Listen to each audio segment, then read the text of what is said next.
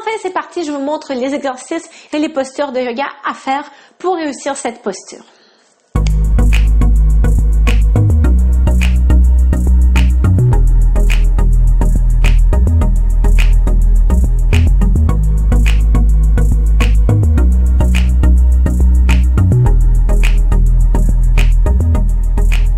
Donc d'abord, je vous montre deux exercices qui n'ont rien à voir avec le yoga. Ce sont purement des exercices et qui seront très axés à travailler au niveau de la cheville, ok? Donc vraiment pour retrouver une meilleure mobilité au niveau de la cheville qui est si nécessaire pour réussir la position de full squat. Donc, en ce qui concerne le premier exercice, c'est l'étirement excentrique du mollet. Donc, j'ai déjà une vidéo à ce sujet. Donc, je ne vais pas vous refaire une autre démonstration. Je vais tout simplement remettre un petit bout de cette vidéo. Voilà.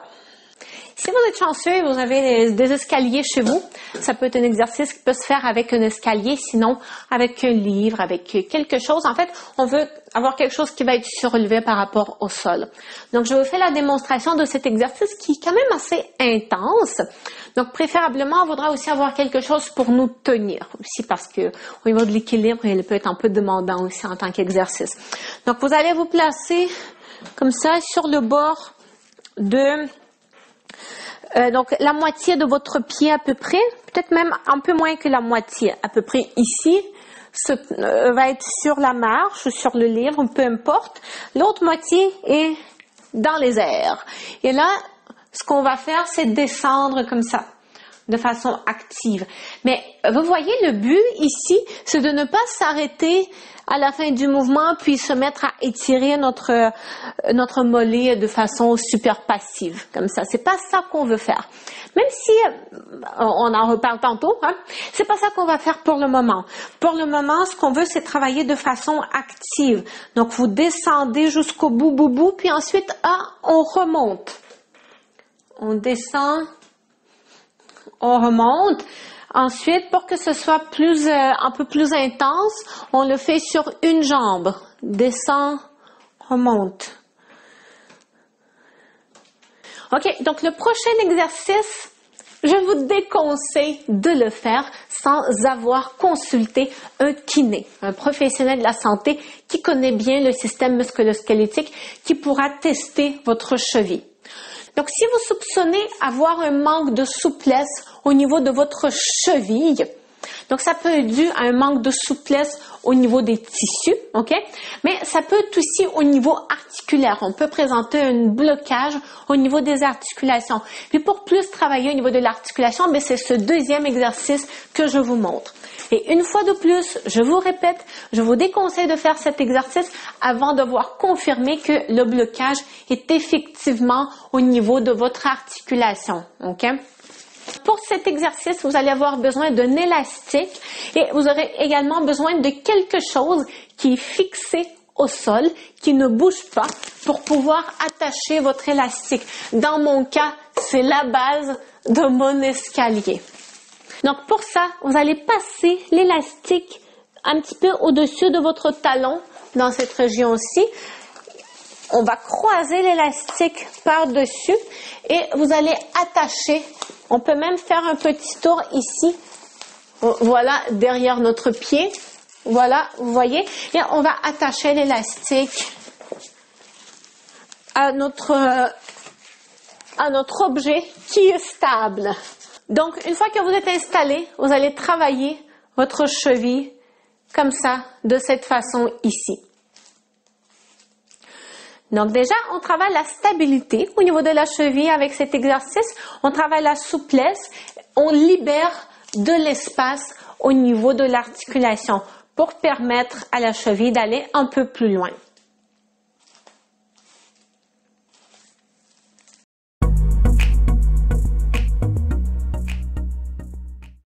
Donc, on va continuer avec les postures de yoga qu'on peut faire au sol, donc sur un tapis. Ce que je vous suggère de faire, c'est une variante modifiée de la posture de la pince. Donc, vous vous asseyez au sol, vous allez plier vos genoux, vous allez chercher une bascule antérieure maximale au niveau de votre bassin.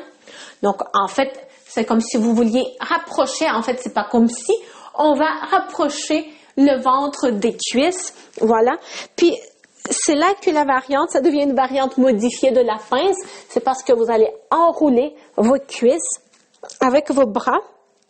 Vous gardez votre ventre bien collé contre les cuisses.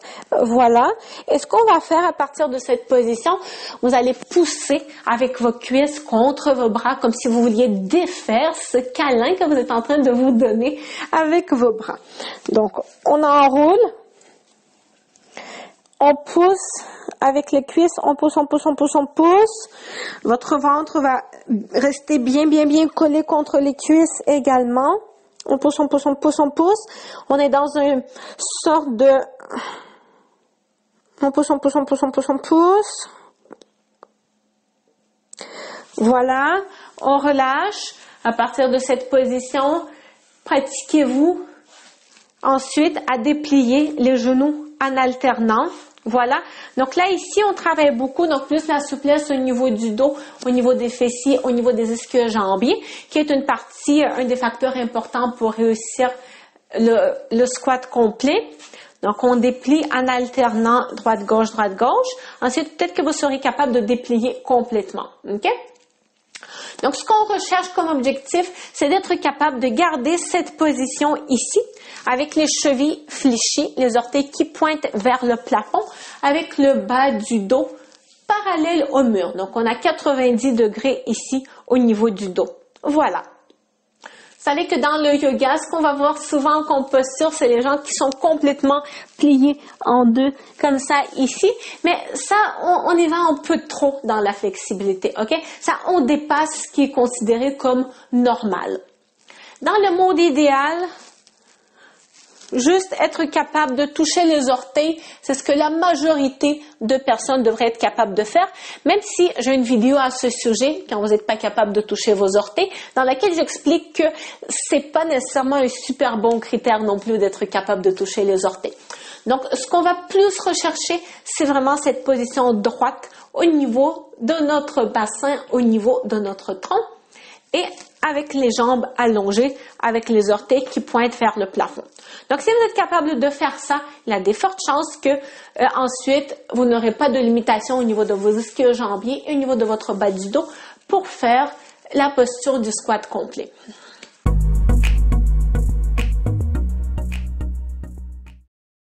Donc ensuite, si on continue avec les postures de yoga debout, pour réussir le squat complet, je vous suggère de travailler aussi la position de la chaise. Donc ça va beaucoup faire du renforcement au niveau des cuisses. Une partie quand même importante également pour réussir le squat complet. Ça va travailler beaucoup au niveau de l'équilibre. Ça va également travailler au niveau des chevilles, au niveau des fessiers. Donc à plusieurs niveaux. Au niveau du plancher pelvien, ce sont toutes des composantes importantes pour le squat complet. Donc, vous placez vos pieds qui sont parallèles, les orteils, on se fie sur le deuxième orteil, en fait, pour savoir si les pieds sont parallèles. Les orteils pointent vers l'avant. On plie les genoux et on essaie de garder le contact entre la base du gros orteil, la base du petit orteil et le talon. Les arches internes du pied sont bien actifs et vous pensez à mettre plus de poids, un petit peu plus de poids dans les talons, tout en gardant le poids sur la partie devant de votre pied. Donc, de cette façon-ci, vous allez vous pratiquer à descendre le plus bas que vous êtes capable. Plus de poids dans les talons. Donc, l'erreur fréquente qu'on va faire, c'est de mettre trop de poids devant. Donc là, on travaille beaucoup aussi au niveau de notre équilibre, qui est important pour le full squat. Donc, le plus de poids possible en arrière. Comme si on tombait un petit peu, mais sans tomber. On s'arrête juste avant de tomber.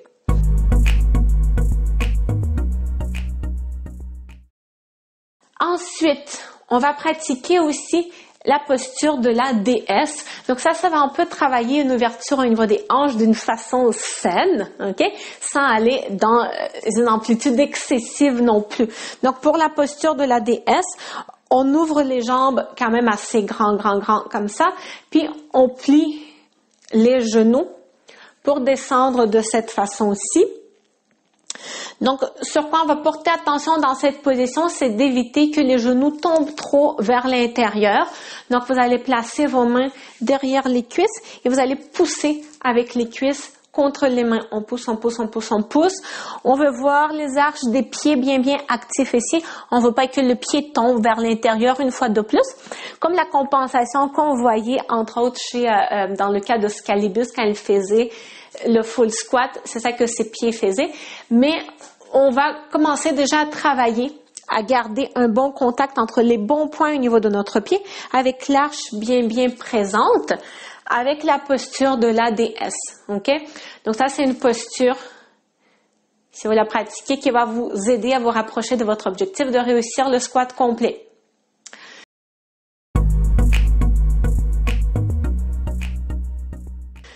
Ensuite, on va faire un petit enchaînement, la pince debout avec le fameux chien tête en bas qui est une posture très assez populaire en yoga. Donc, pour faire la pince debout, le même principe que la pince que je vous ai montré assise. Donc, on a les pieds parallèles. Voilà. Inspire, les genoux bien fléchis. On se penche vers l'avant. Le ventre collé contre les cuisses. On agrippe bien le sol avec nos orteils. Ouais.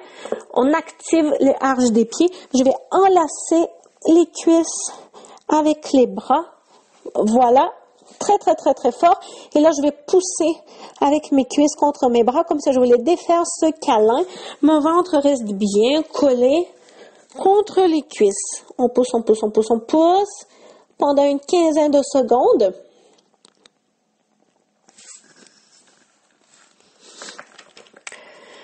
Donc, on va encore plus plier les genoux. Vous allez placer les mains de chaque côté. Vous allez faire un pas en arrière, l'autre pas en arrière. Les genoux sont extrêmement fléchis, OK? Non, vous faites pas ça, OK? Surtout si vous n'arrivez pas à faire le squat complet, vous gardez vos genoux bien fléchis. Et là, ce qu'on va viser à faire, c'est de coller une fois de plus le ventre contre les cuisses. Avec les mains, vous allez garder vos coudes un petit peu fléchis, OK? On tourne les biceps un dans la direction de l'autre, comme si on tournait un peu les biceps vers le plafond, OK? Donc ça, c'est pour les bras. Mais ce qui nous préoccupe ici, surtout, c'est la position de notre dos et la position des jambes. Donc, ce qu'on veut éviter, c'est le dos qui est rond. Voilà, donc je pousse avec les mains contre le sol, mon dos est rond. Mon dos est droit à partir du coccyx jusqu'à la nuque. Et à partir de cette position uniquement, à condition de garder le bas du dos bien droit, on peut travailler une fois de plus la souplesse au niveau des chevilles en essayant de déplier les genoux en alternance droite-gauche, en essayant de rapprocher le talon du sol. Donc là, on travaille la souplesse de la cheville, qui est un facteur souvent limitant à la réussite du squat complet. On travaille la souplesse de la cheville. Et ça, c'est donc notre résultat ultime. Puis, vous n'êtes pas obligé, en fait, de réussir à faire ça pour être capable, malgré tout, ensuite, de faire le squat complet.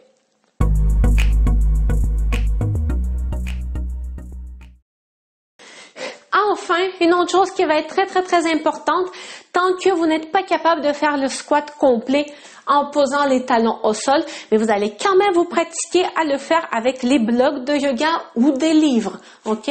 Donc, vous allez placer comme si on se faisait des talons, hop, voilà, comme si on se faisait des talons, et à partir de cette position, vous allez vous mettre en squat. Donc, vous allez quand même vous pratiquer de cette façon. Et ce qui pourrait être génial à faire, en fin du compte, c'est si vous avez des livres de tailles différentes, progressivement, vous pourrez diminuer la grosseur des livres pour de plus en plus rapprocher votre talon du sol. OK? Très progressivement. Donc, idéalement, donc, si vous avez des livres qui sont de plus en plus petits, ça pourrait être bien. Mettons, au début, vous placez 3 livres, ensuite, vous en placez 2, ensuite, vous en placez 1.